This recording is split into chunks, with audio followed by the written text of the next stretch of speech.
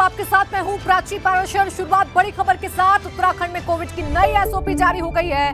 सरकार ने Covid night curfew हटा दिया है। Gym, shopping mall, cinema hall, salon पूरी क्षमता के साथ खोले गए। स्विमिंग पूल, वाटर पार्क 28 फरवरी तक बंद रहेंगे। सामाजिक खेल गतिविधियां, मनोरंजन, विवाह समारोह, सांस्कृतिक समारोह को अनुमति मिल गई है।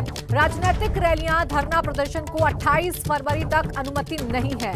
होटल, रेस्टोरेंट पूरी क्षमता के साथ संचालन की अनुमति मिल गई है। तो ये बड़ी खबर इस वक्त की आपको बता रहे हैं। बड़ी खबर ये है कि उत्तराखंड में कोविड की नई एसओपी यानी कि नई गाइडलाइन जो है वो जारी कर दी गई है, जिसके मुताबिक जिम खुल गए हैं, शॉपिंग मॉल खुल गए हैं, रेस्टोरेंट खुल गए हैं, होटल खुल गए हैं। पूरी क्षमता के साथ इनके संचालन की इजाजत दे दी गई है सरकार के द्वारा। तो नई गाइडलाइंस, हालांकि राजनीतिक रैलियां जो हैं, जो धरने प्रदर्शन हैं, अभी उन पर रोक रहेगी 28 फरवरी तक। लेकिन बाकी जो तमाम चीजें थी जिन पर कोरोना का संकट गहराया था और जिसकी वजह से उन्हें बंद करना पड़ा था, उन तमाम चीजों को अब खोल दिया गया है। Hotel, restaurant, gym, shopping mall, इन तमाम चीजों को खोल दिया गया है। तो नई एसओपी उत्तराखंड में जारी हुई है। सरकार ने कोविड नाइट कर्फ्यू हटा दिया है।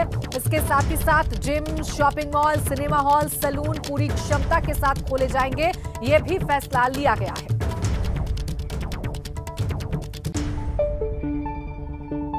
उत्तराखंड में विधानसभा चुनाव खत्म होने के साथ ही अब भाजपा के अंदर ही कड़वाहट भी सामने आ रही है।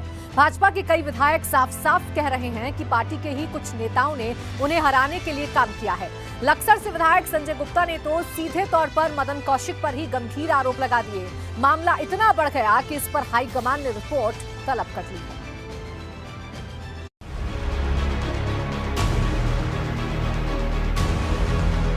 जो उत्तराखंड में पार्टी का प्रदेश अध्यक्ष मदन कौशिक, वो उन्होंने कई सीटों पर प्रत्याशियों को हराने का काम किया है।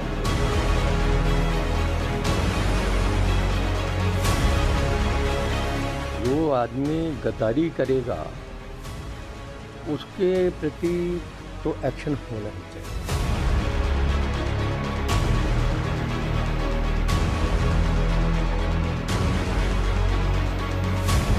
उत्तराखंड में विधानसभा चुनाव निपटने के साथ ही भाजपा में विरोध के सुर उठ रहे हैं। लक्सर विधानसभा सीट से विधायक संजय गुप्ता ने तो खुले तौर पर भाजपा प्रदेश अध्यक्ष पर ही आरोप लगा दिया। संजय गुप्ता का आरोप है कि चुनाव में उनके खिलाफ साजिश करवाई गई है। जो उत्तराखंड में पार्टी का प्रदेश अध्यक्ष मदन कौशिक, वो उन्होंने कई सीटों पर प्रत्याशियों को हराने का काम किया है और उनके जो नामित सभासद उनके द्वारा और उनके जो नज़दीकी कार्यकर्ता थे, उन्होंने बसपा प्रत्याशी के पक्ष में काम किया है, मुझे हराने का काम किया है। दरअसल लक्सर विधानसभा सीट पर इस बार संजय गुप्ता और बसपा के मोहम्मद शहजाद के बीच कड़ा मुकाबला रहा है। कहा तो ये भी जा रहा है कि संजय गुप्ता इस बार चुनाव में कमजोर पड़ गए हैं। संजय गुप्ता इसका ठीकरा मदन कौशिक के सिर पर फोड़ रहे हैं। संजय गुप्ता सीएम धामी के बेहद करीबी हैं और जो विधायक सीएम के इतने करीब हो, भला उसकी जुबान पर ताला कौन लगा पाता। इसीलिए चुनाव खत्म होते ही संजय गुप्ता का एक वीडियो सोशल मीडिया पर वायरल होता है, जिसमें वो मदन कौशिक के खिलाफ आग उगलते नजर आते हैं। उधर काशीपुर विधायक हरभजन सिंह चीमा का भी आरोप कुछ ऐसा ही है। चीमा का आरोप है कि भाजपा के ही कुछ नेता पार्टी के खिलाफ काम कर रहे हैं। इस बार कुछ पार्टी के गद्दारों ने पार्टी का विरोध किया है। उन्होंने अपना पार्टी के प्रति जो उनका धर्म था वो नहीं निभाया, जिसकी वजह से पार्टी को नुकसान पहुंचा है, पार्टी के नाम को नुकसान पहुंचा है। और इससे मैं ये समझता हूँ कि पार्टी को उनके नामों का, उनका सब पता है। जो गद्दार दिखाई दे रहे हैं, सामने पता लग रहा है कि उन्होंने पार्टी का ओपन होकर के विरोध किया है, तो उनको तो कुछ ना कुछ पार्टी को उनके प्रति सोचना ही पड़ेगा। काशीपुर सीट पर इस बार भाजपा ने हरभजन सिंह चीमा के पुत्र त्रिलोक सिंह चीमा को टिकट दिया था, जिसके बाद ही भाजपा में विरोध के सुर सुनाई दे रहे थे। मामला इतना गर्मा गया कि इसकी गूंज दिल्ली तक पहुंच गई। हाईकमान ने इसे लेकर प्रदेश महामंत्री संगठन अजय कुमार से रिपोर्ट मांगी है। कहा तो ये भी जा रहा है कि आने वाले समय में कई और नेता भी मोर्चा खोल सकते हैं। एबीपी गंगा के लिए देहरादून से अजीत सिंह राठी की रिपोर्ट। उधर चंपावत विधानसभा सीट से भाजपा विधायक कैलाश गहतोड़ी ने भी आरोप लगाया है कि भाजपा संगठन के अंदर भीतरघात है। गहतोड़ी ने आरोप लगाया कि भाजपा के कई पदाधिकारियों ने चुनाव में उनका साथ नहीं दिया। लेकिन उनने और उनकी टीम ने काम अच्छा नहीं किया। कुल मिलाकर के काफ़ी वो रही हमारे साथ। लेकिन संगठन में भी कुछ लोग ऐसे थे जिन लोगों ने वास्तव में जो है इस चुनाव को कांग्रेस का चुनाव बनाया। बहुत सहायक रहे कांग्रेस के लिए। हम भगवान से प्रार्थना करते हैं उनको भी सद्बुद्धि मिले और हम इस बात को अपने फोरम में जरूर रखेंगे, पार्टी फोरम में। भाजपा के भीतरघात पर भाजपा और कांग्रेस नेताओं के बयान भी सामने आ गए हैं। भाजपा नेता कह रहे हैं कि अगर किसी की नाराजगी थी तो उसे पार्टी फोरम पर रखना चाहिए था, तो वहीं कांग्रेस इसे लेकर भाजपा पर हमलावर हो गई। डर से बहुत लेट टिकट डिक्लेयर किए। डर भी था कि उसका टिकट काटेंगे तो पार्टी में बगावत होगी। और आज अब भीतरघात की शिकायतें आ गई हैं, चाहे हरिद्वार हो, चाहे गढ़वाल मंडल हो, चाहे कुमाऊं मंडल हो, चाहे उधम सिंह नगर हो, सब जगह से भीतरघात की शिकायत उनके आ रही है। विधायक उनके खिलाफ बोल रहे हैं। 2 विधायकों के 3 विधायकों के बयान तो आगे कि पार्टी के लोगों ने हमारे साथ भीतरघात किया। देखिए, मुझे कोई भीतरघात का कोई वो संभावना भी नहीं है और हमारे यहाँ इस प्रकार की कोई भी घटना घटित नहीं हुई। जहाँ पर विधायकों ने जो आरोप लगाए हैं तो ये बात पार्टी फॉर्म पे रखनी चाहिए, न कि सार्वजनिक करनी चाहिए मीडिया के सामने। जिस तरह से उन्होंने कहा है, ये पता नहीं किस भाव से उन्होंने कह दिया है, ये गलत बात है। पूर्व सीएम हरीश रावत इस बार लालकुआं से चुनाव लड़ रहे हैं। कांग्रेस दावा कर रही है कि वो इस बार सूबे में सत्ता वापसी कर रही है। इस बीच हरीश रावत ने एक बार फिर से अपने मन की बात सामने रखी है। हरीश रावत कह रहे हैं कि अगर उन्हें सत्ता की बागडोर संभालने का मौका मिले तो महिलाओं के लिए काम करेंगे। मतलब साफ है कि हरीश रावत ने इशारों ही इशारों में ये कह दिया है कि अगर कांग्रेस सत्ता में आती है तो सीएम की कुर्सी उन्हें ही सौंपी जाएगी।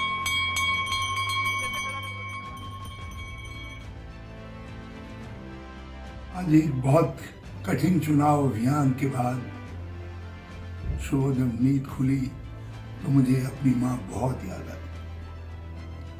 जब मैं मुख्यमंत्री था उस समय मैंने अपनी माँ को स्मरण कर जब भी मैं उसके दर्शन करता था मुझे लगता था वो मुझसे कुछ कह रही है कि गरीबों के लिए कुछ करो। अब मैं नहीं जानता आज आगे नियति ने मेरे लिए क्या रास्ता निर्धारित किया है, मगर माँ घास लेकर के आने वाली और लकड़ी लेकर के आने वाली आज मेरी बहुत सारी बहनें हैं। मैं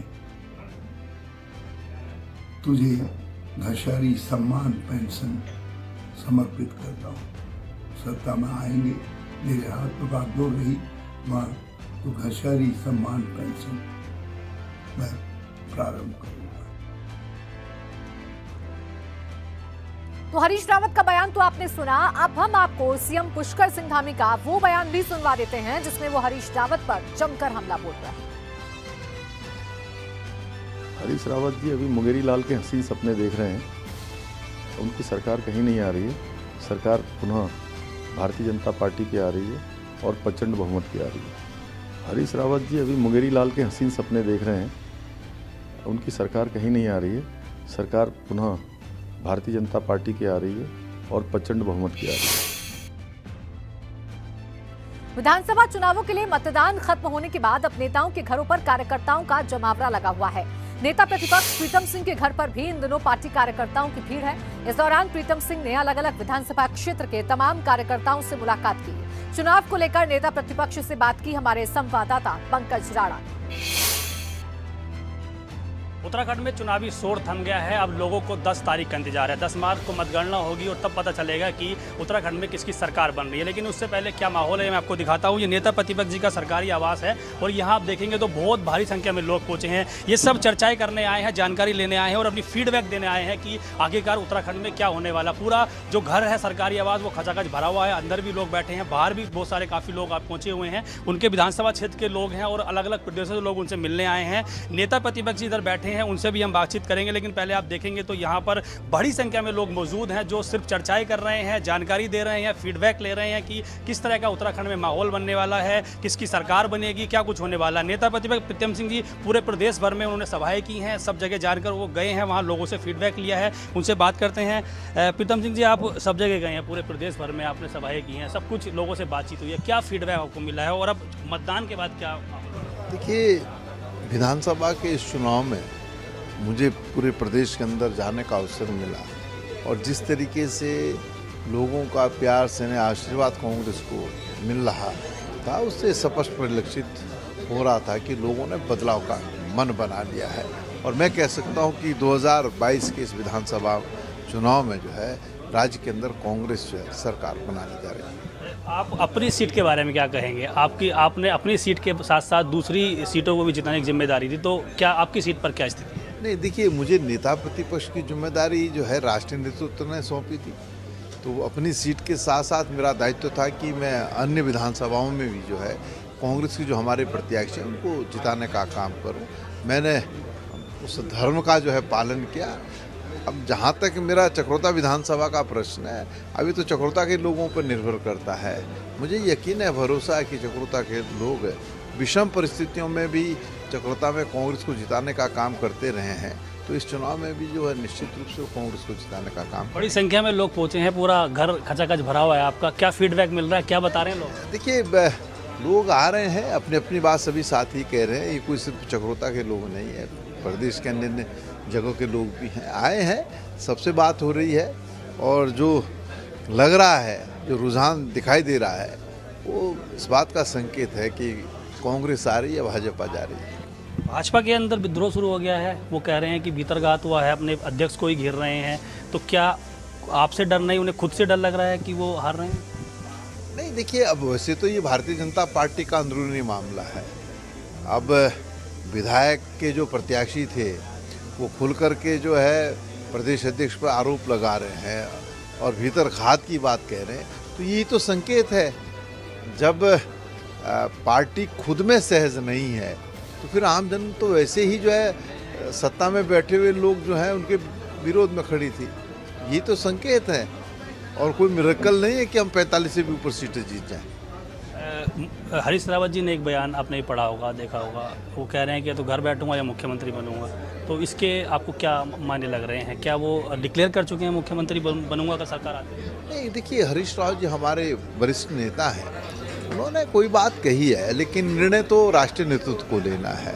जो निर्णय राष्ट्रीय नेतृत्व लेगा वो सबको स्वीकार्य होगा। जिसको भी जिम्मेदारी सौंपी जाएगी, सब लोग उस व्यक्ति के साथ खड़े होने का काम करेंगे। कांग्रेस को या भाजपा को इस तरह से फीडबैक दे रहे हैं, लेकिन हमें 10 तारीख का इंतजार करना होगा। जब मतगणना होगी तब देखना होगा कि उत्तराखंड में किस पार्टी की सरकार बनती है और कौन विधायक ज़्यादा चुनकर विधानसभा तक पहुँच पाते हैं। देहरादून से हमारे सहयोगी निशांत चौहान के साथ पंकज राणा, एबीपी गंगा। खटीमा में शराब के विवाद में एक युवक पर फायरिंग की गई थी। किसान नेता राकेश टिकैत भी खटीमा पहुंचे और पीड़ित परिवार से मुलाकात की। उधर इस मामले में डीआईजी ने मझोला पुलिस चौकी इंचार्ज को सस्पेंड कर दिया।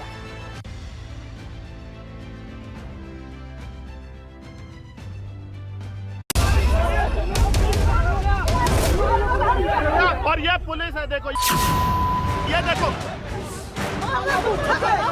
ये तस्वीर सीएम पुष्कर सिंह धामी के विधानसभा क्षेत्र खटीमा की, जहां एक युवक हाथ में पिस्टल लिए दबंगई दिखा रहा है। और ये पुलिस है, देखो, ये। खाकी वाले भी इस युवक के सामने लगता है कि नतमस्तक है, तभी तो वो इस युवक को कुछ भी नहीं कह पा रहे हैं। और ये पुलिस है, देखो, ये। मामला शराब से जुड़ा हुआ बताया जा रहा है। इसी को लेकर इस दबंग युवक ने अपने साथियों के साथ मिलकर एक शख्स के ऊपर फायरिंग की। पुलिस, ये देखो। राइफल लोग उसे मार रहे थे, उसे मैंने बचा के साइड में करा। उस बचाने में मेरी वीडियो आई है, उसने उस वीडियो को इशू बनाकर मेरे घर आया, उसने मेरे को फ़ोन करा कि मैं तेरे को मिलना चाहता हूँ। मैं कहा मैं नहीं मिल रहा हूँ, मैं घर पे हूँ। है फिर वो कम से कम 8-10 गाड़ियों के साथ आया और कम से कम 30-40 बंदे थे जो मेरे घर पे आके मेरे को मारा, मेरे भाइयों को दोनों को मारा है। मामला इतना गर्मा गया कि किसान नेता राकेश टिकैत पीड़ित परिवार से मिलने भी पहुंच गए। राकेश टिकैत ने भी मामले में कार्रवाई की मांग की है। वीडियो लोगों ने बना रखी है जी, उस पर कार्रवाई करें, रिपोर्ट दर्ज होगी। और हमने कहा कि जिन लोगों को भी चोट लगी उनके घर पर मारपीट करी, और मारपीट भी नहीं हुई, उसमें भी कुछ नहीं आता, तो फायरिंग हुई है, मारा गया है। 307 लगती है, ये धाराएं बनाकर उनके खिलाफ। उत्तराखंड में अभी 14 फरवरी को ही विधानसभा चुनाव संपन्न हुआ है। नतीजे अभी सामने भी नहीं आए, लेकिन उससे पहले ही रंजिश सामने आने लगी है। डीआईजी ने लापरवाही को लेकर मझौला पुलिस चौकी प्रभारी जगत सिंह शाही को सस्पेंड कर दिया है। और ये पुलिस है, देखो ये। एबीपी गंगा के लिए खटीमा से धीरेन्द्र गौड़ की रिपोर्ट। पौड़ी जिले में सभी पोलिंग बूथों से ईवीएम को मंगवाकर स्ट्रांग रूम में सुरक्षित रखा गया है। पौड़ी जिले में 947 पोलिंग बूथ बनाए गए थे। अब सभी पोलिंग बूथ से ईवीएम को स्ट्रांग रूम में सुरक्षा के साथ रखा गया है। स्ट्रांग रूम के पास से लेकर और मतगणना स्थल तक 3 अलग-अलग घेरों में बीएसएफ जवानों के साथ ही पुलिस का कड़ा पहरा है। इसके साथ ही सीसीटीवी से भी मॉनिटरिंग की जा रही है।